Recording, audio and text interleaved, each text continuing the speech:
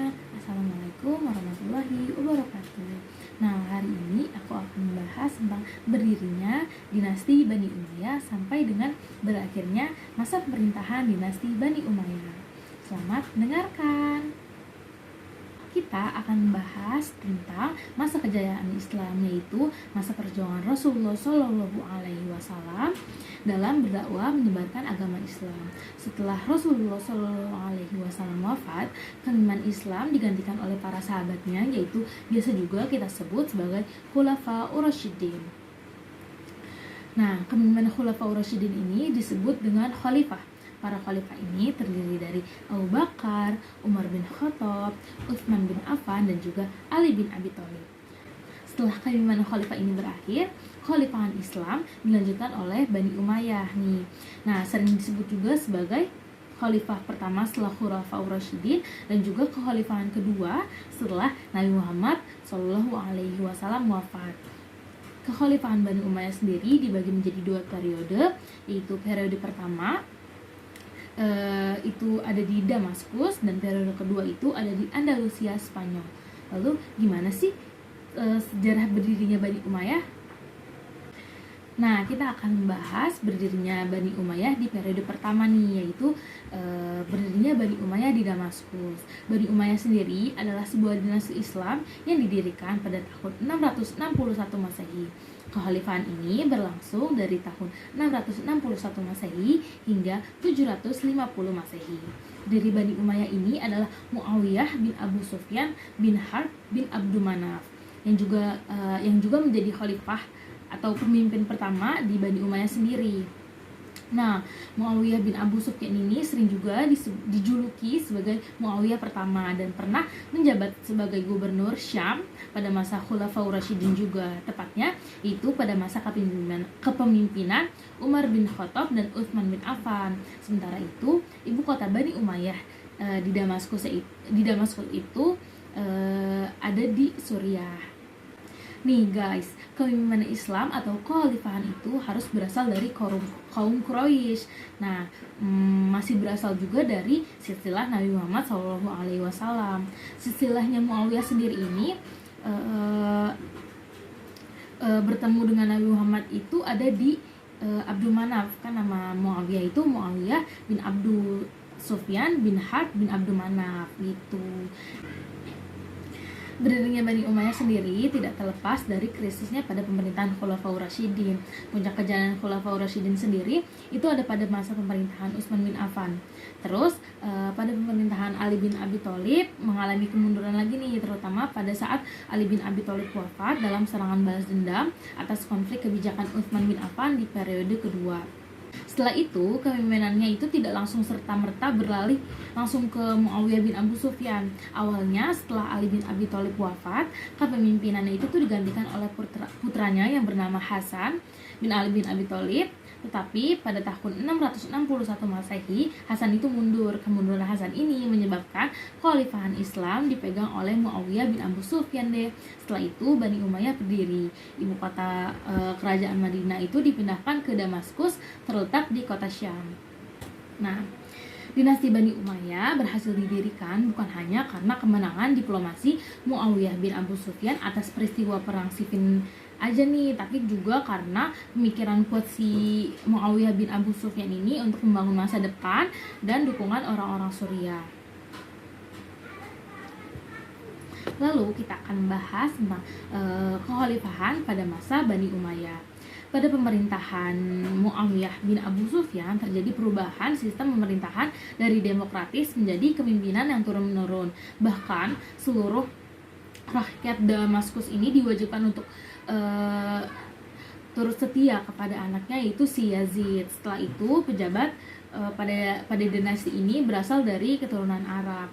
Muawiyah I ini memiliki banyak pengalaman di bidang politik. Ia pernah memimpin pasukan dalam penaklukan Suriah, Palestina, Romawi, dan juga Mesir. Saat menjabat sebagai gubernur Syam, Muawiyah bin Abu Sufyan juga membawahi Palestina ke Mesir.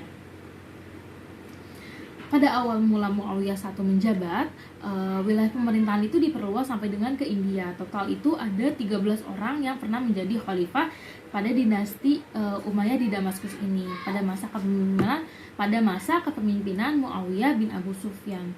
Pasukan pengepung Konstantinopel juga berhasil ditarik nih. Pemisahan urusan keuangan dari urusan pemerintahan diatur dengan mengangkat pejabat khusus yang disebut juga Sohib al-Kharaj. Lalu pada masa pemerintahan Al-Walid bin Abdul Malik, daerah kekuasaan Bani Umayyah ini diperluas lagi.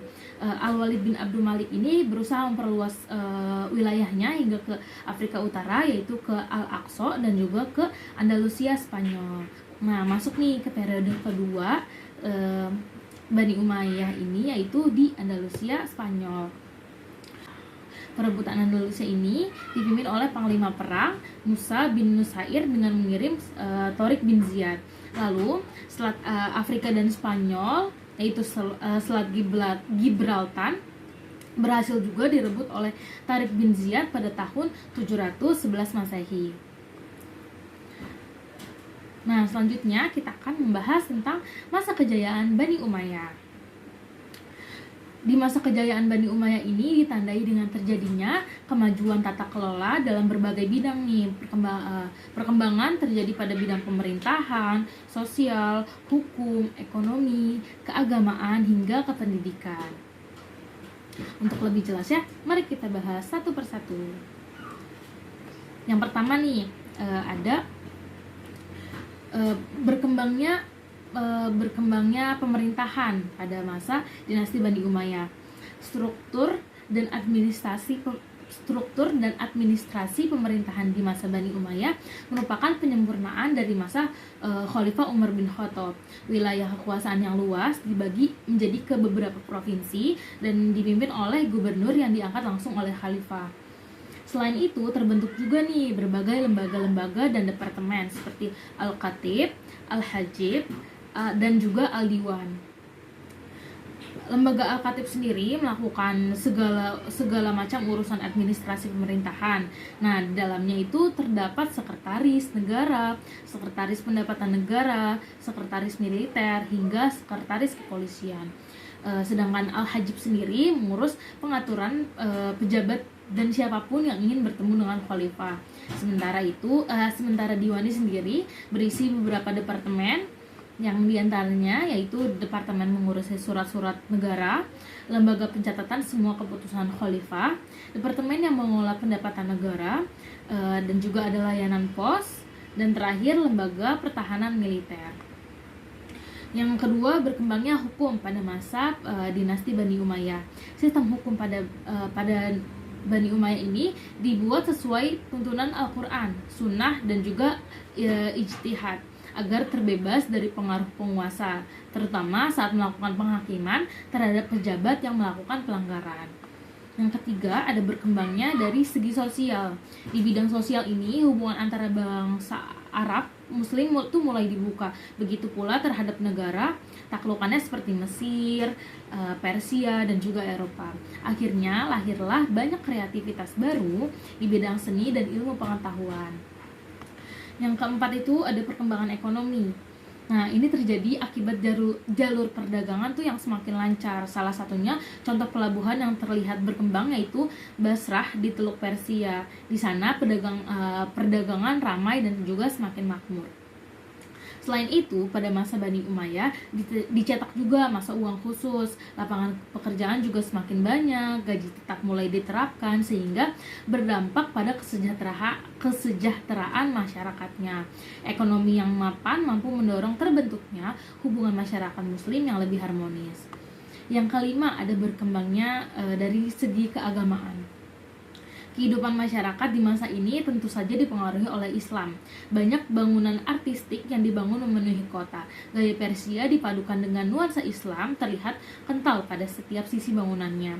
Masjid Agung yang terkenal adalah Masjid Damaskus. Selain itu, banyak ulama yang fokus pada kajian ilmu keagamaan seperti tafsir, hadis, hukum Islam.